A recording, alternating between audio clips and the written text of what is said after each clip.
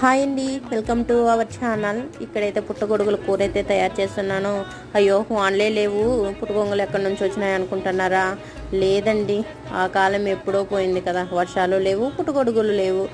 ఇంతకు ముందు విలేజ్ల్లో వర్షాలు పడితే బాగా దొరికేవి.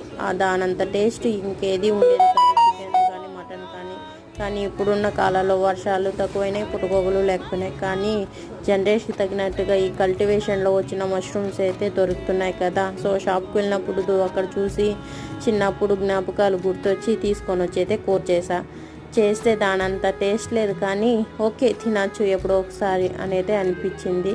మీరును ఇది ట్రై చేయండి ఒకసారి. మీలో ఎంతమందికి ఈ మష్రూమ్ కూర అంటే ఇష్టమో నాకు కామెంట్ చేయండి.